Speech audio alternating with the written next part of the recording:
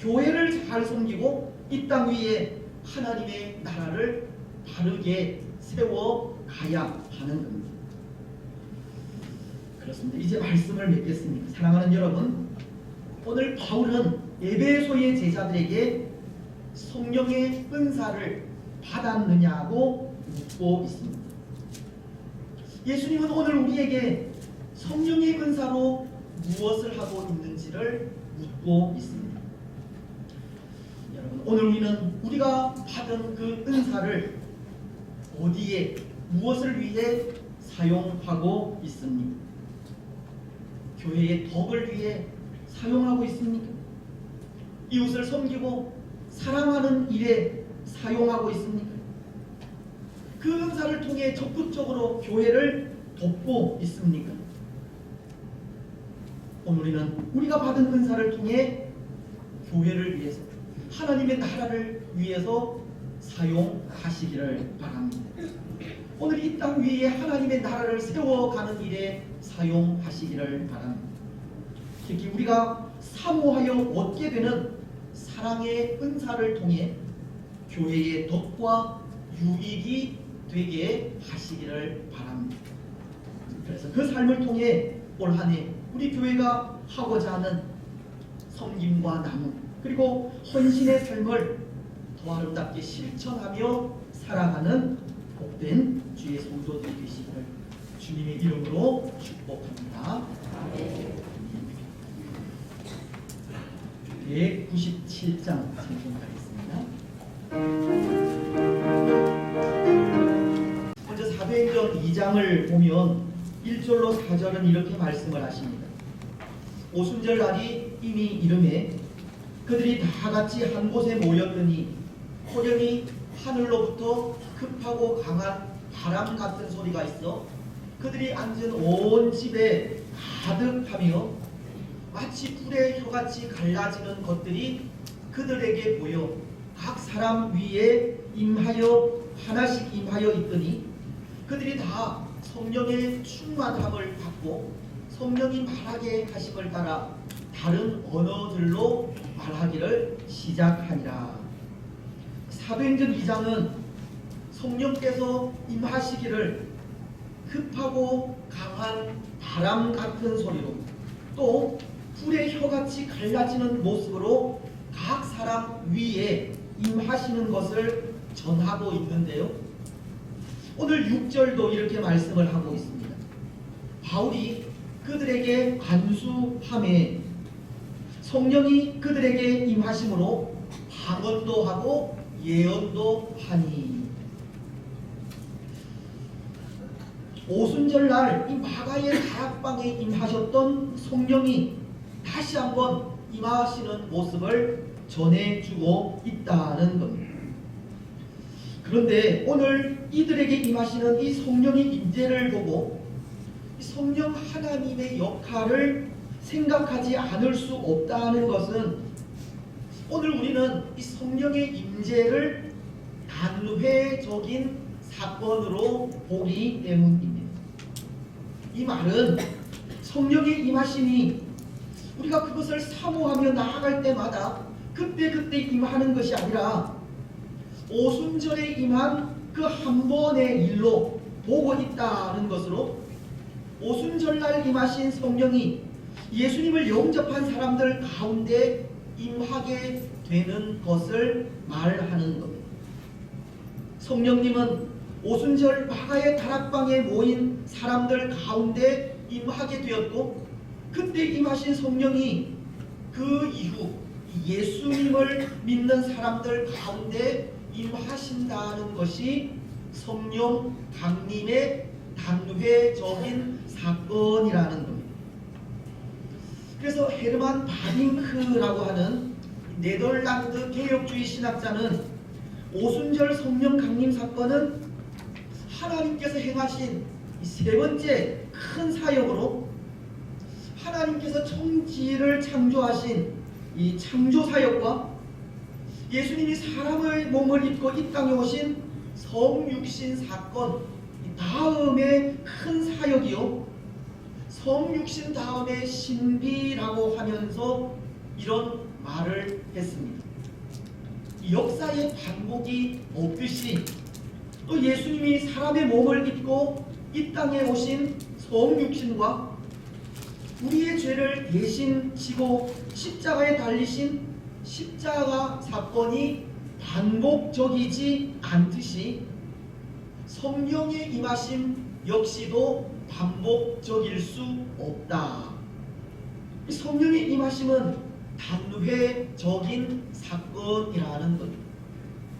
그런데 오늘 말씀은 에베소에 있는 어떤 제자들에게 또다시 성령이 임하시는 장면을 보게 된다는 겁니다. 그래서 이 일은 학자들마다 그 의견을 달리할 만큼 논쟁이 되기도 하는 것인데요. 또 어떤 분들은 오순절 성령 강림 사건 이후 또다시 임하는 이 성령을 보고 성령 세례다, 제세례를 받아야 한다는 주장을 하기도 하고, 또 어떤 분은 이들에게 임하신 성령의 임재는 오순절 그 사건의 연속적인 부분으로 보아야 한다, 그런 주장을 하기도 하는 겁니다. 그래서 이렇게 상이한 주장을 불러일으키는 이 말씀을 대하면서 오늘 우리는 성령께서 하시는 그 역할에 대해 생각해 보지 않을 수 없는 겁니다. 여러분, 오늘 1절은 이렇게 말씀을 하고 있습니다. 아볼로가 고린도에 있을 때에 바울이 윗지방으로 다녀 에베소에 와서 어떤 제자들을 만나. 여기 에베소에 있는 어떤 제자들은 아볼로의 제자들을 말하는 것으로, 아볼로는 우리가 지난주에 생각했던 18장 24절이 언급하고 있듯이 알렉산드리아에서 난 유대인으로 이 언변이 좋고 성경에 능통한 사람입니다. 그런데 오늘 말씀은 바울이 아볼로의 제자들을 만나게 된 것을 전해주고 있고, 그리고 아볼로로 인해 예수님을 알게 된 그 제자들에게 2절을 통해 이런 질문을 하게 됩니다. 너희가 믿을 때에 성령을 받았느냐는 질문입니다. 바울은 아볼로의 제자들에게 너희가 믿을 때에 성령을 받았느냐는 질문을 한 것입니다. 여러분, 오늘 이 질문을 다시 한번 생각해 보십시오. 너희가 믿을 때에 성령을 받았느냐? 사실 우리 상식으로는 우리가 예수님을 믿을 때 성령이 우리 가운데 임재하시는 것으로 압니다. 베드로 사도는 사도행전 2장 38절을 통해 너희가 회개하고 예수 그리스도의 이름으로 세례를 받고 죄 사함을 받으면 성령을 선물로 받을 것이라. 우리가 우리의 죄를 회개하고 예수 그리스도를 나의 구원자로 영접하면 성령이 임하신다는 것이 우리가 아는 상식이라는 겁니다. 그렇지 않습니까? 여러분, 지금 바울의 질문이 바로 이런 상식적인 질문을 하는 것이겠습니까? 너희가 회개하고 예수님의 이름으로 세례를 받았을 때 그때 선물로 주어지는 성령을 받았느냐, 그런 질문을 하고 있겠느냐는 겁니다.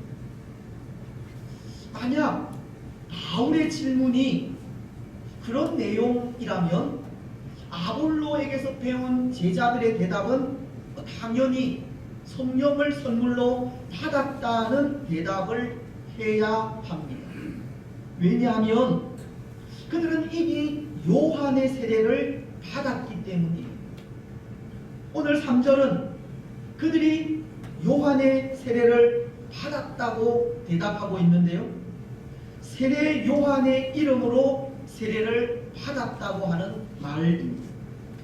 그런데 요한의 세례도 죄 사함을 받게 하는 세례입니다.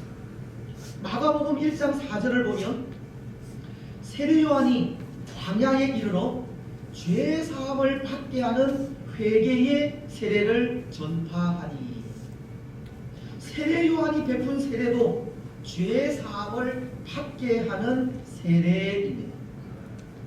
그래서 칼빈은 이 말씀을 추석하면서 이렇게 말씀하고 있었습니다. 바울은 요한의 세례가 오늘날 우리들이 받고 있는 세례와 마찬가지로 중생과 새롭게 하는 세례라는 것을 알았다. 무슨 말씀이냐면, 오늘 우리가 회개하고 예수 그리스도의 이름으로 세례를 받을 때 성령이 임하는 것과 마찬가지로 요한이 베푼 세례도 그런 역할을 한다는 겁니다.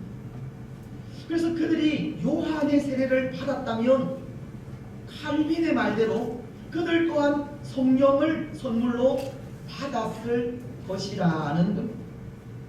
그들은 죄 사함을 받게 하는 세례를 받았기 때문에 이미 성령을 받은 사람들이라는 겁니다. 근데 오늘 그들의 대답은 보십시오. 2절 하반절은 우리는 성령이 계심도 듣지 못하였노라. 이들은 믿을 때에 당연히 주어지는 선물인 이 성령에 대해서 모른다라고 대답을 하고 있습니다. 오늘 이 부분이 우리를 어렵게 한다는 겁니다.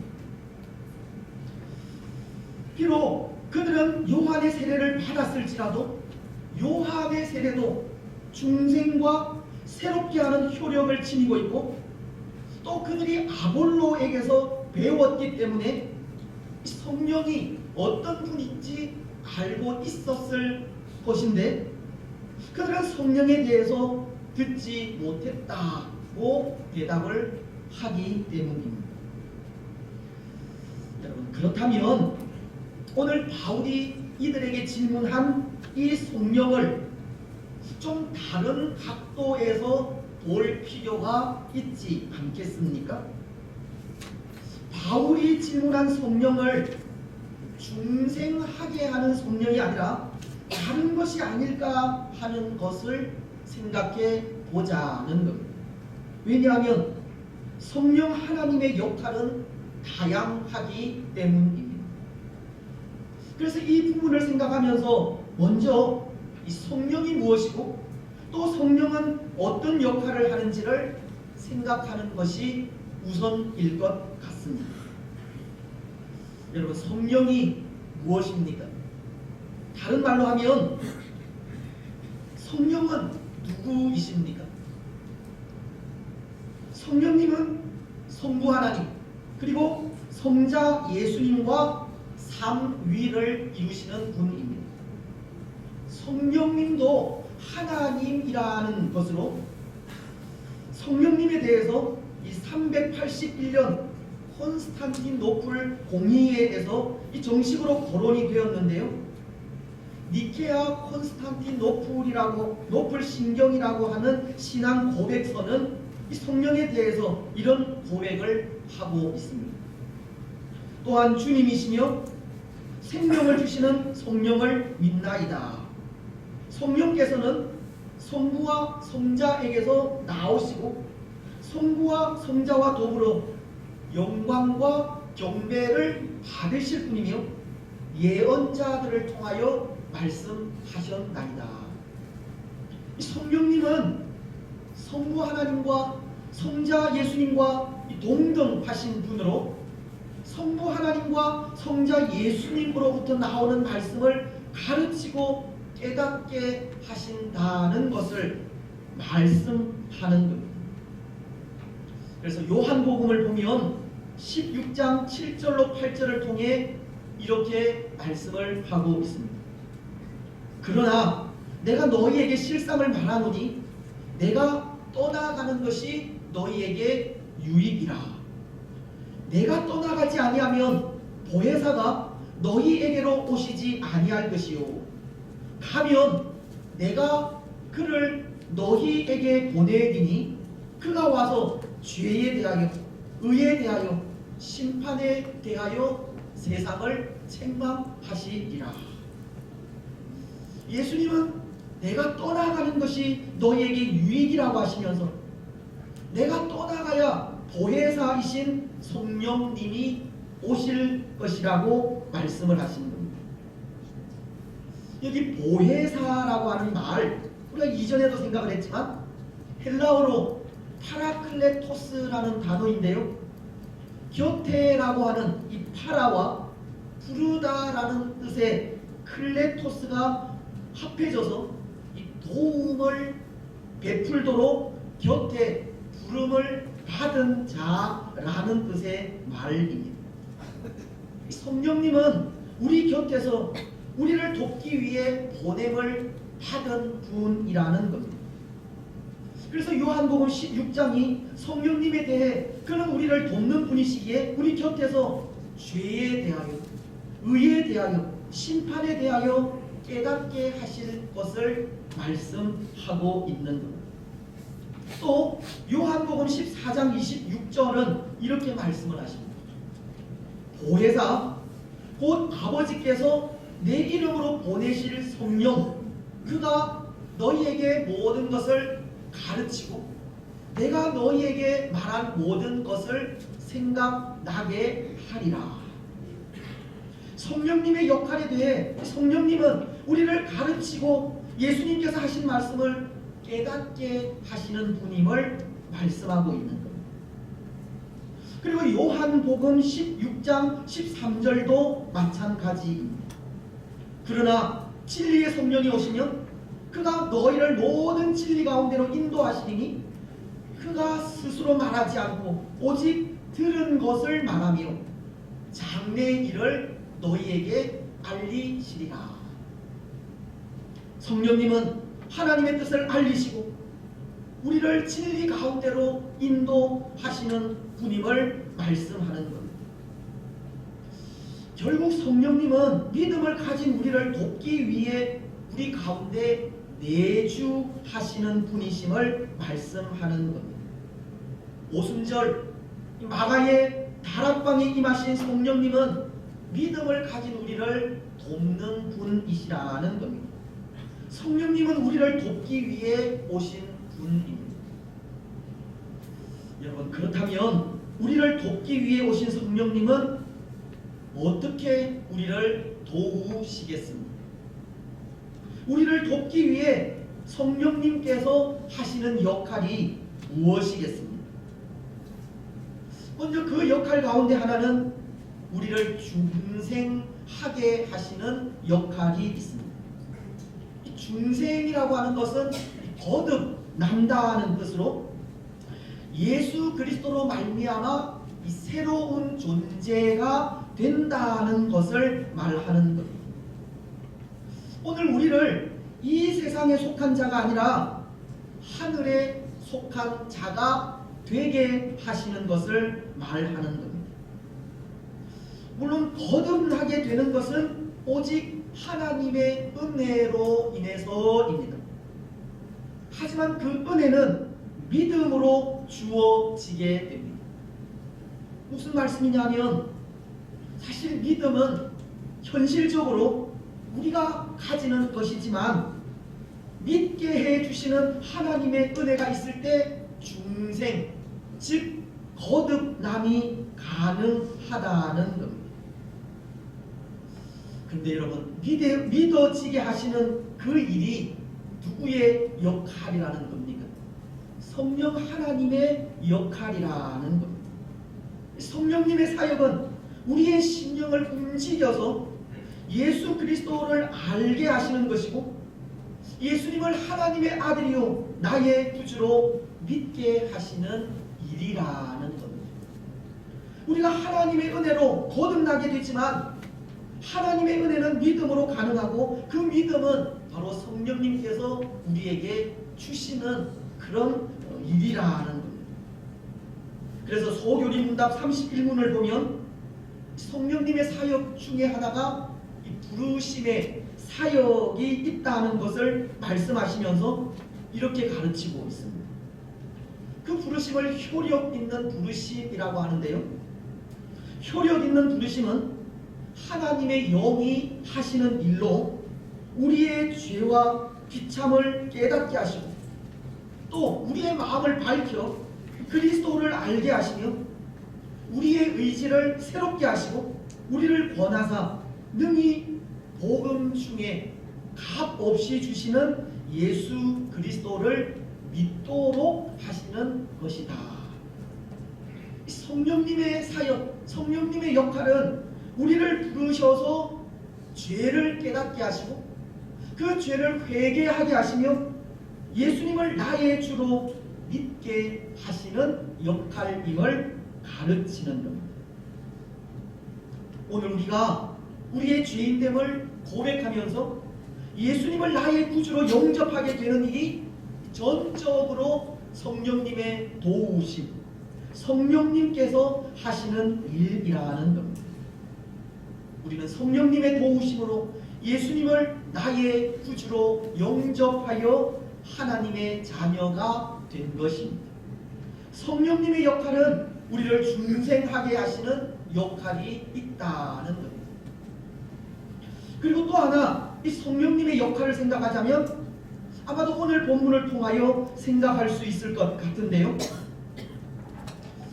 여러분, 우리는 앞서 이 바울이 에베소의 제자들에게 질문한 성령이 우리를 중생하게 하는 성령이 아니라 다른 것이 아닐까 하는 것을 생각해 보자고 하지 않았습니까?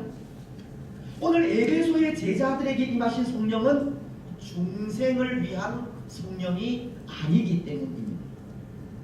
그래서 칼빈은 이 부분을 이렇게 주석을 하고 있습니다. 바울이 말하는 성령은 중생의 성령에 관하여 말하고 있지 않고 교회의 전반적인 건독을 위해 하나님께서 교회 위에 주셨던 특별한 은사들에 관한 것이다. 오늘 바울이 질문한 성령은 하나님께서 각 사람들에게 주신 이 은사를 말한다는 겁니다. 교회를 위해 교회를 봉사하도록 주신 은사를 받았는지에 대한 질문이 바로 이 질문이라는 겁니다. 바울은 하나님께서 우리 각 사람들 위에 주신 그 은사에 대한 질문을 하고 있다는 것입니다. 바울은 에베소의 제자들에게 그 질문을 하게 된 겁니다. 은사를 받았느냐는 질문입니다. 그러니 에베소의 제자들은 그 은사에 대해 모를 수밖에 없었고 그것을 받지 못했다고 대답을 할 수밖에 없었습니다. 그러자 그 대답을 들은 바울은 그들을 위해 예수 그리스도의 이름으로 세례를 베풀고 그 은사를 위해 기도합니다.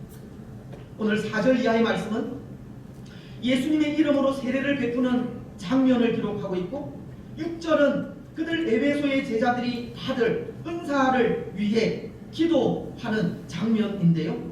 그 은사가 그들 가운데 임하는 모습을 6절을 통해서 우리에게 가르치고 있습니다. 바울이 그들에게 안수함에 성령이 그들에게 임하심으로 방언도 하고 예언도 하니.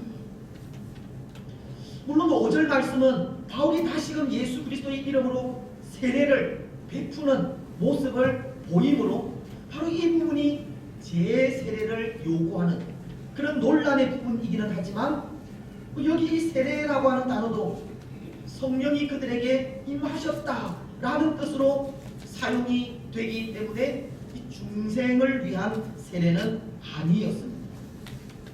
다만 6절이 기록을 하듯이 은사에 대해 알지 못했던 에베소의 제자들에게 그것을 위해 기도할 때 그들에게 방언과 예언의 은사가 임하게 되었다는 것을 전해주므로 성령을 받았느냐고 하는 이 바울의 질문이 이 은사와 관련이 있다는 것을 보여주고 있는 겁니다.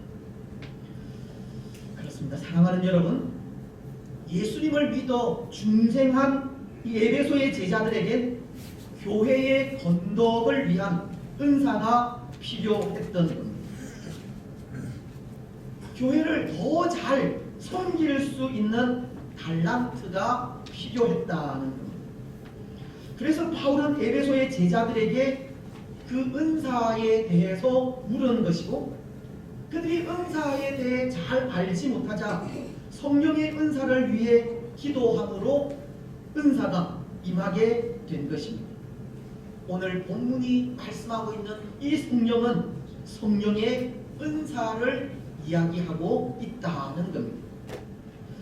그렇습니다. 사랑하는 여러분, 오늘 우리에게도 마찬가지입니다. 하나님은 우리에게도 은사를 주시고 그 은사를 통해 교회를 섬기게 하십니다. 은사를 통해 봉사하게 하시고 은사를 통해 주의 교회를 더 아름답게 세워가게 하십니다. 때로 방언의 은사나 말씀을 전하는 예언의 은사, 그리고 가르치는 은사와 병 고치는 은사, 섬기고 위로하는 은사를 교회의 유익을 위하여 주시는 겁니다. 그래서 하나님께서 주신 그 은사대로 우리는 교회의 유익을 위해서 조화롭고도 질서 있게 그 은사들을 활용해야 하는 겁니다. 은사를 통해 교회가 하나 되게 해야 하고, 은사를 통해 교회가 하는 일을 도와야 하며, 은사를 통해 교회의 덕을 세워가야 합니다. 특히 성경은 오늘 우리에게 교회의 유익을 위해서 더욱 큰 은사를 사모하라고 말씀하시지 않습니까?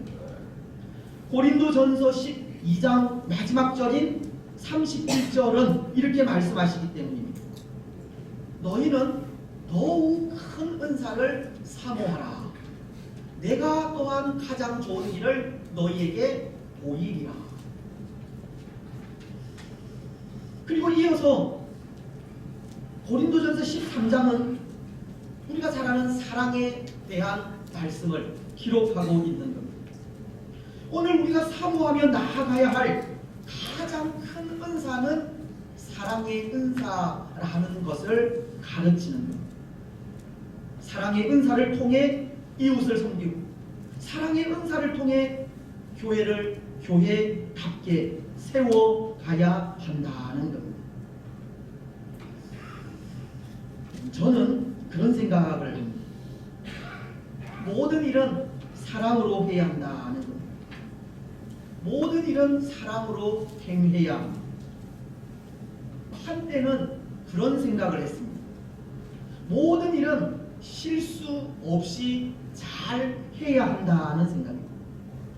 그런데 잘 하려고 하다 보니 그 속에 숨은 잘못이 잘하기 위해서 이 편법을 사용한다든지 잘한 그것으로 나 자신을 나타내려는 모습이 있는 겁니다. 그래서 편법 때문에 다른 사람들에게 피해를 주고 나를 나타내려는 욕심 때문에 이 공동체가 허물어지는 그런 경우가 생기게 되는 겁니다. 그래서 생각한 것이 잘하려고만 해서는 안 되고 바르게 해야 하겠다는 생각을 하게 되었습니다. 근데 여기에도 문제가 있는 것이 바르게 한다고 때로 바르게 하지 못하는 사람들을 정죄하고 나무라는 일입니다. 올바르지 못한 사람들을 보면 나 자신은 생각하지 않고 왜 바르게 하지 못하느냐고 정죄를 하고 질책을 하며 나무라게 되더라는 겁니다. 여러분, 바르게 한다고 바르게 하지 못하는 사람을 질책하면서 상처를 주게 된다면 그것도 올바른 모습이 아니지 않습니까? 또한 바르게 한다는 그 기준도 어디에 두어야 하겠습니까? 나 개인의 기준에 맞출 수밖에 없는 겁니다. 그래서 우리가 흔히 말하듯이 내가 하면 로맨스이고 남이 하면 불륜이라는 말도 있듯이 나 개인의 기준에 맞추어서 판단할 때 그곳엔 질서도 평화도 허물어지게 되는 것입니다. 그래서 또 깨닫게 된 것이 바르게 하는 것보다 더 중요한 것은 사랑으로 해야 한다는 것. 우리는 모든 일을 잘해야 하고 바르게 해야 하지만 더 중요한 것은 사랑으로 하는 것. 고린도전서 13장이 그것을 가르쳐주고 있지 않습니까? 고린도전서 13장 1절은 우리가 아무리 천사의 말을 하고 사람의 방언을 한다 할지라도 사랑이 없으면 소리 나는 구리와 울리는 괭가리가 된다고 그랬습니다. 또 2절은 우리에게 예언하는 능력이 있고 모든 비밀과 모든 지식을 알고 산을 옮길 만한 믿음이 있을지라도 사랑이 없으면 아무것도 아니라고 하십니다. 오늘 우리에게 그 어떤 능력과 은사가 있다 하더라도 사랑이 없으면 아무것도 아닌 겁니다. 아무 소용이 없는 겁니다. 잘하는 것보다 또 바르게 하는 것보다 더 중요한 것이 사랑으로 하는 겁니다. 오늘 우리는 사랑으로 교회를 세워가야 하고 사랑으로서 교회된 사명을 감당해 가야 합니다. 교회의 덕을 위해, 사회의 화평을 위해, 세상의 질서를 위해 사랑의 은사를 사모해야 하고 그 사랑으로 이웃과 교회를 섬기며 봉사하며 나아가야 하는 겁니다. 하나님 주신 은사를 통해서